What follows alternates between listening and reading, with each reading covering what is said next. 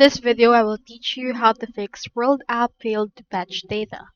So if you're ever having that problem, here are some troubleshooting steps that you can take for your World app issues. So this is the support page of World app themselves.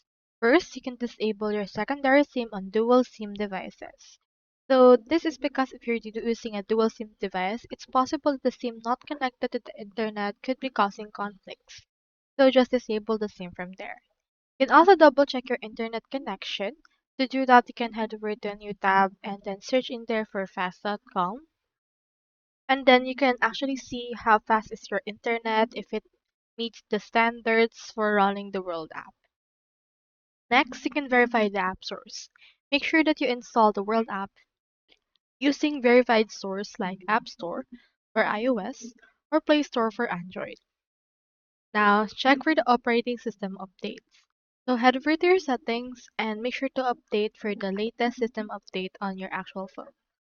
Now, ensure your device software is up to date right there. In addition to the operating system, make sure your device software must be up to date to avoid potential conflicts.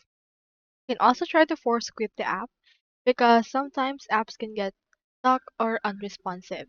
So you can try to force quit it and refresh it. You can also try to switch internet connection. To activate your VPN, restart your device and wait and try again. And check if your Android device is rooted. So that's all there is today, and I hope this video helped you out.